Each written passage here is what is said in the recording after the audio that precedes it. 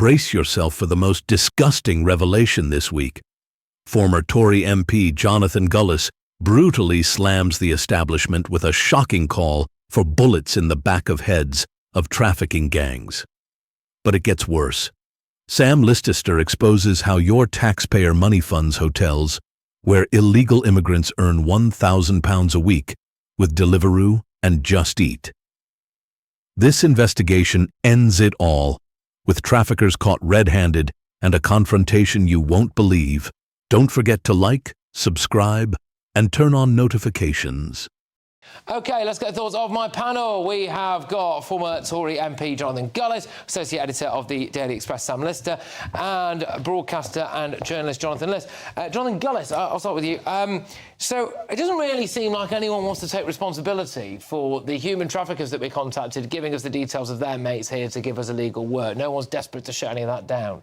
Well, this goes to the incompetence of the establishment, which is the civil service, who wants to just simply pass the buck around everyone else rather than actually just taking decisive action. Like you say, you've linked human traffickers to helping people find work of employment, and people in this country then getting those people jobs and probably profiteering themselves off those illegal migrants. It's why we need to detain people when they come here, so they are locked up in facilities and not able to access the black market, and therefore ensuring that we know who is in and out of our country. And more importantly, any firms that are found to be allowing this or not doing proper checks need to have huge fines levied against them to make sure they're taking seriously the background checks on their employees. But the blob, the establishment, needs tearing down. It's a complete and utter disgrace. Dominic Cummings was bang on the money the other day when he said we need to be using special forces to hunt down these trafficking gangs. I don't care which countries they're in, and bullets need to go in the back of heads. Right, well, Sam, one of the videos that we played there was actually from your lot, the Express. Wonderful work, fantastic. It actually made me very angry because you've got a hotel there, clearly, with bikes with Deliveroo and Just Eat parked outside it. We paid for the people to live in that hotel. We paid for the security at that hotel. And the security at that hotel is obviously not reporting people to the police for working illegally, are they? No, I mean, this was an investigation by one of our reporters, Zach Garner-Perkis, and he went down there. He went down over 2 days, and it was fascinating, actually. You know, Keir Starmer talks about smashing the gangs. One of these guys threatened to smash his face. You know, he witnessed drug taking, drinking on the streets, they were abusive. But, you know, that's just the kind of least of it. Actually, as you say, Patrick, this hotel is paid for by everybody watching at home. It's in central London. And the people who are running that have put up barriers around all those bikes. So they know that this is an issue. They know that, one, you're not supposed to ride most of these bikes legally anyway, the electric bikes, it's flat in the law, whatever, that's a minor point. But they know that these people in their hotel should not be working, yet they've gone to the trouble of erecting a barrier around the hotel. So they know that this is against the rules, and yet they're doing nothing about it. Now, we have we're splashing on this tonight. Right. We have a piece by Chris Philp, the Shadow Home Secretary, and he says this is industrial-scale rule-breaking paid for by you and I. Yeah, it is. It's not wrong. No, it is, absolutely. Well, I look forward to seeing that front page in about 20 minutes' time, actually. But, yes, Jonathan, I mean, this is... Yeah, well, how would you respond to that? Industrial-scale rule-breaking that would be very easy to stop. The police know where all this is taking place. We've just given them the phone numbers for a bloke who can sort us out with a job. It doesn't seem like anyone particularly wants to call that number or go and collar him.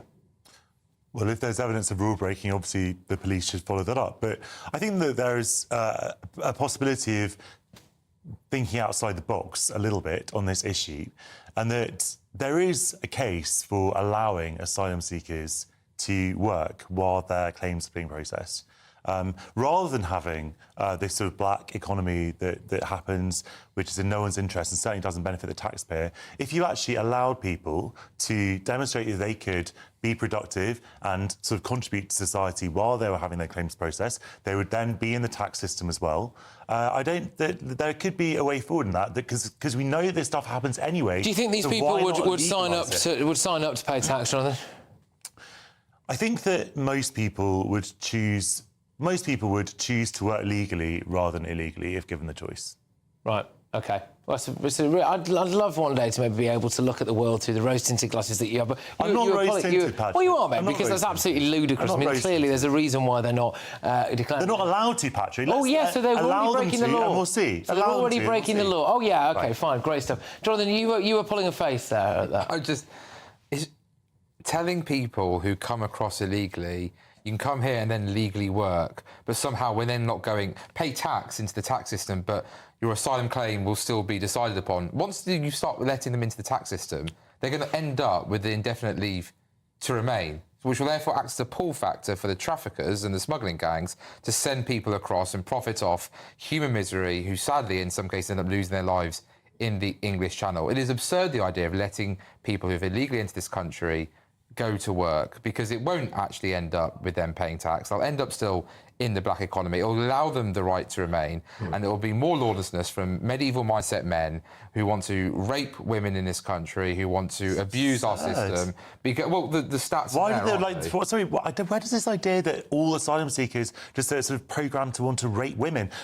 White British people are already raping women, Jonathan, as you know perfectly well. It's not a cultural issue. Baroness Casey's review is pretty clear about a grooming. Well, a grooming gang is a rape gang, which is not the only kind of sexual crime. Just on that, I want to bring something on this, because there is a safety issue here. So if when you order a takeaway and you get that delivered to your front door, those people then know where you live by definition, and they maybe get a feel for who's living in there. And if some of these people who we don't know who they are because they're working illegally were to knock on the door of, say, an 18-year-old girl who might have just ordered a pizza or a Chinese takeaway, and she's on her own in that particular place, that I think is a recipe for disaster. And Deliveroo and Just Eat surely need to do something about it. They definitely have questions to answer about this. They clearly are they're very lax on the security when it comes to signing up these riders, and obviously we don't know the implications of that. Well, we can guess at the implications of that, but I can tell you that actually on the back of our investigation, Dame Angela Eagle, the Security Minister, she is intending to have talks next week with the delivery companies, but I expect it's going to be a very, very long, rocky road before we actually get any action on this. A strongly worded letter, I'm sure, will intimidate Deliveroo and Just Eat, rather than huge fines that should be leveraged against them for allowing this to happen. This is the thing. So, Jonathan, just on that, I mean, look, if you had a business or whatever and you employed someone illegally, even just genuinely by mistake, you know, sometimes people do give very convincing documents here.